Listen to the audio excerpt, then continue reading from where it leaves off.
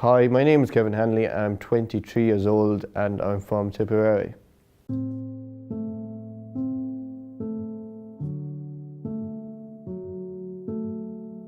When I look at my journey, over the years, growing up, well, it was tough. Being in the school and education, there was a lot of problems. Growing up, saying when you're a child, trying to make those steps of, progressing as an adult or a teenager or whatever the case may be, it isn't easy. This is for any one of us as a human being. We need to find things that we love doing. We need to find things that give us a reason to live. When I seen the progress, it always I've done a lot of stuff. So, and then of course at Tipperary football as well, and I kind of got over the time, they were good support and I was a good support with them. So, I had an interest, I had a passion as well, something to wake you up, something to, there might be loads of kind of things going on in your life, but at least for me, I had something, going to matches over weekends or whatever was a great, a great time because, it gave me a purpose, and getting to know them and being involved and going down to training and, there's a good vibe there and all the footballers are like brilliant lads and they've always been there with me and they're just, that's, a credit to them and a credit to what they've done with Tipperary and stuff like that.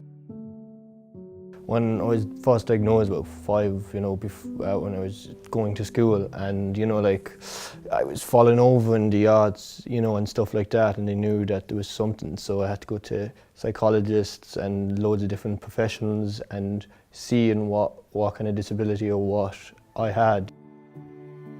When will a child be diagnosed? Very often they're diagnosed around school age time. That's when the differences, I suppose, in their development compared to a typically developing child would become apparent. But because there's so much awareness of autism now, both amongst professionals and even parents themselves, they may notice that the child is just that little bit different in terms of the way they communicate with their parents.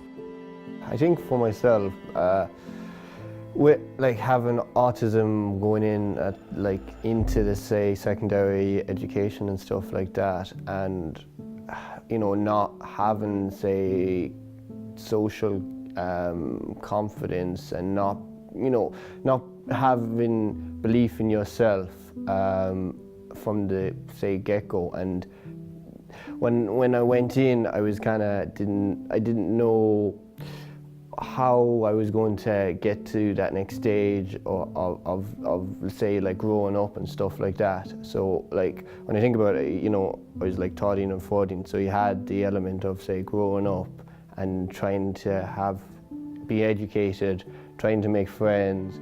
Some people will be able to function very independently, some people will always need supports. Now, we find for the general population, people find transition difficult. For people with autism who like the routine and that idea of having security in routine is so important to them, that for a transition, let's say from post-primary school into college or into a further education course or for working on a trade or whatever it might be, that transition is really difficult.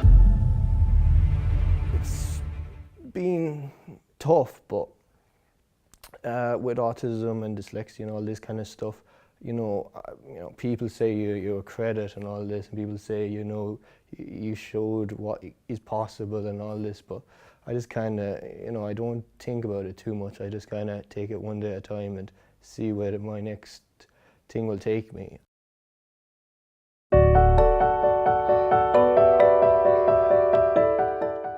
When I was in school and in first year, second year, third year, you had the exams, you had getting to know people, you had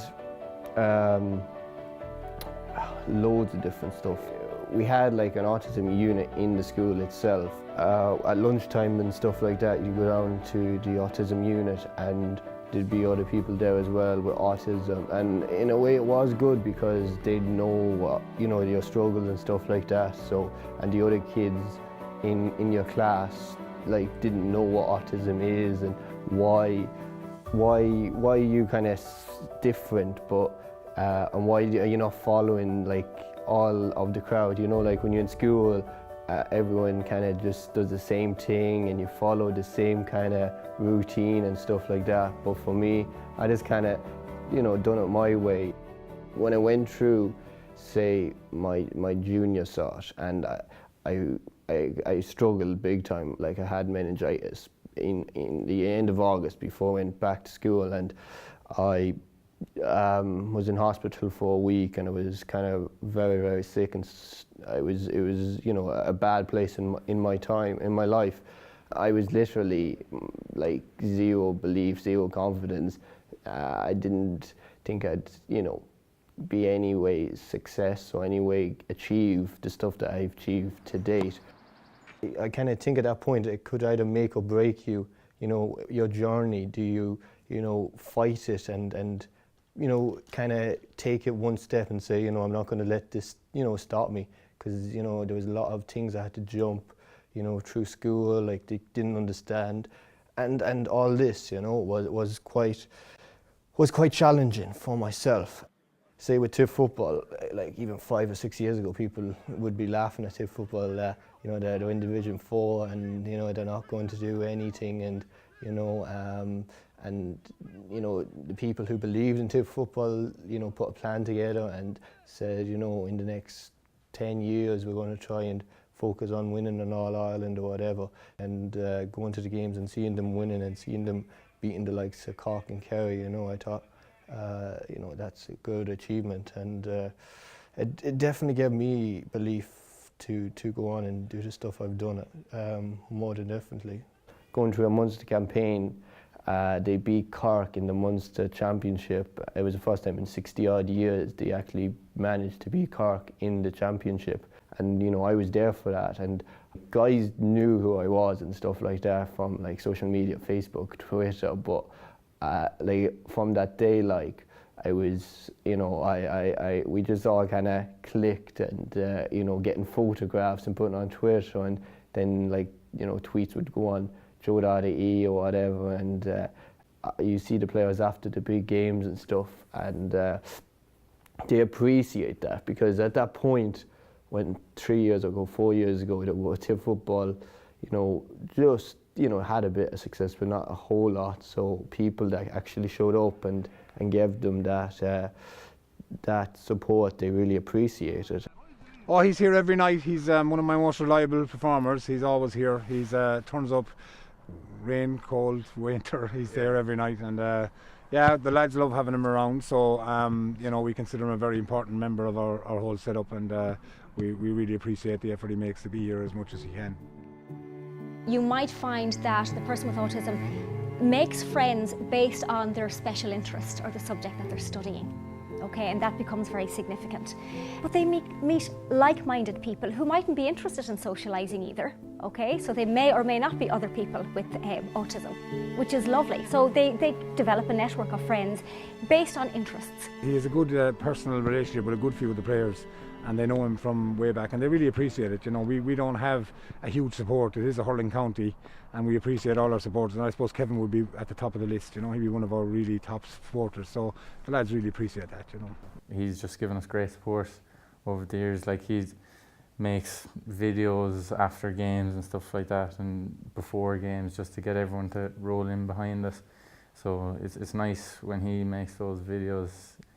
You know, 'cause sometimes you get caught up in the moment in matches and you might forget about how great it was, but then you can go on his Facebook and look back on, you know, how well we did and all that.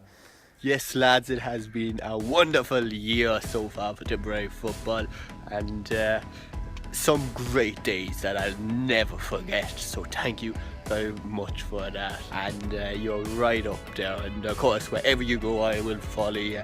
Even if it was to the moon, I would be there.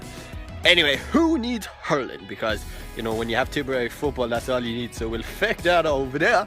And yeah, good luck for Sunday. I'll be there. It isn't finished yet, and we don't know where it will end up. Last week, the hurlers had the day in the sun, but there's so yesterday's news.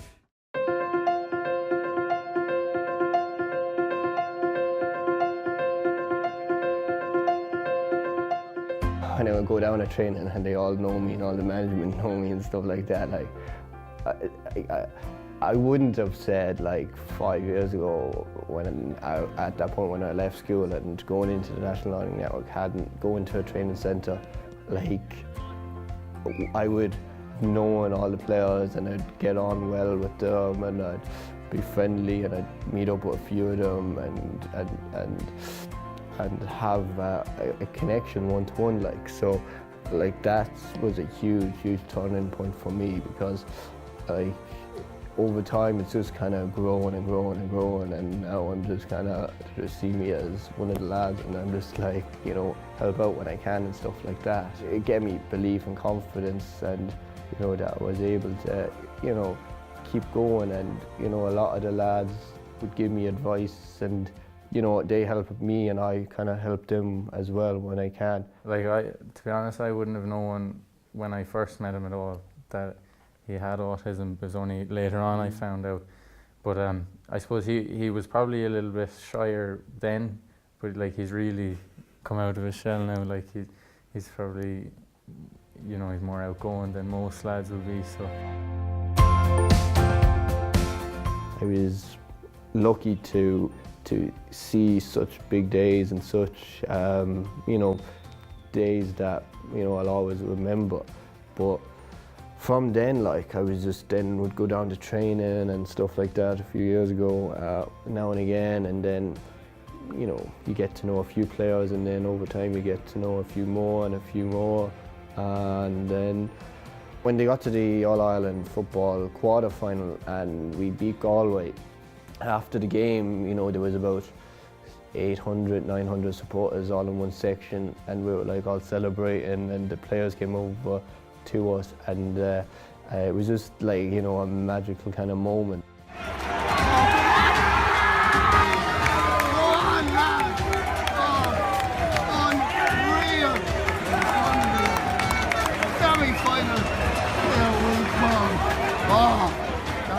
The captain at the time, Peter Atchison, after the game, he came up and he took out his jersey and gave it to me, you know, the jersey that he played with. And he said, like, you deserve it, like, because all the support you gave us over the last couple of years, you know, and they really appreciate it and this work that I've done. So, you know, and that kind of took on from there, like.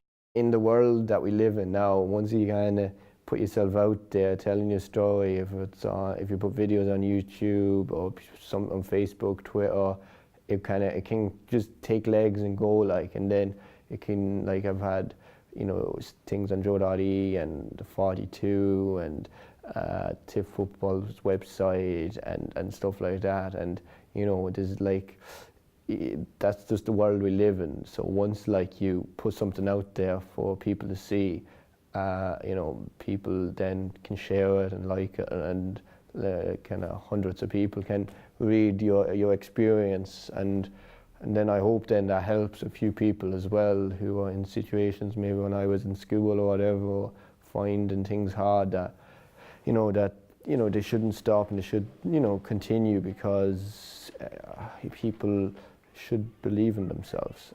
A good few people have came to me and said, you know, your stories and the way you talked and the way you've been so honest has, you know, helped my kid with autism, or helps so and so, you know, which, you know, for me it's a big kind of, you know, thing that, you know, that I've been able to, you know, had a small influence on people who had, you know, difficulties in their life from my experience. In the future, as I said, 5 years ago, I wouldn't have thought I'd be like doing half the stuff that I've done to date. So like 5 years, 10 years, I don't know, like how like what I'll be doing or where I'll be, you know, but I don't know, like in September, hopefully doing level 6 and taking that year and seeing how that goes. And then in 5 years time, 10 years time, like, you know, you can always dream and hope, but you know, being involved still with Tiff Football, doing hopefully something in the media, you know, maybe having on my own show in time to come, you know, about GA or sport. you know, working maybe with RT or something like that, and obviously maybe keeping doing something with autism in Ireland as well.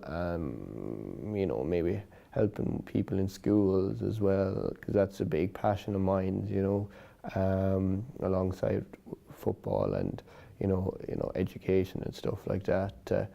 You know, try and support people and you know write and do a few more kind of blogs and stuff like that as well, and taking one day at a time, and you know not putting any time limit on stuff.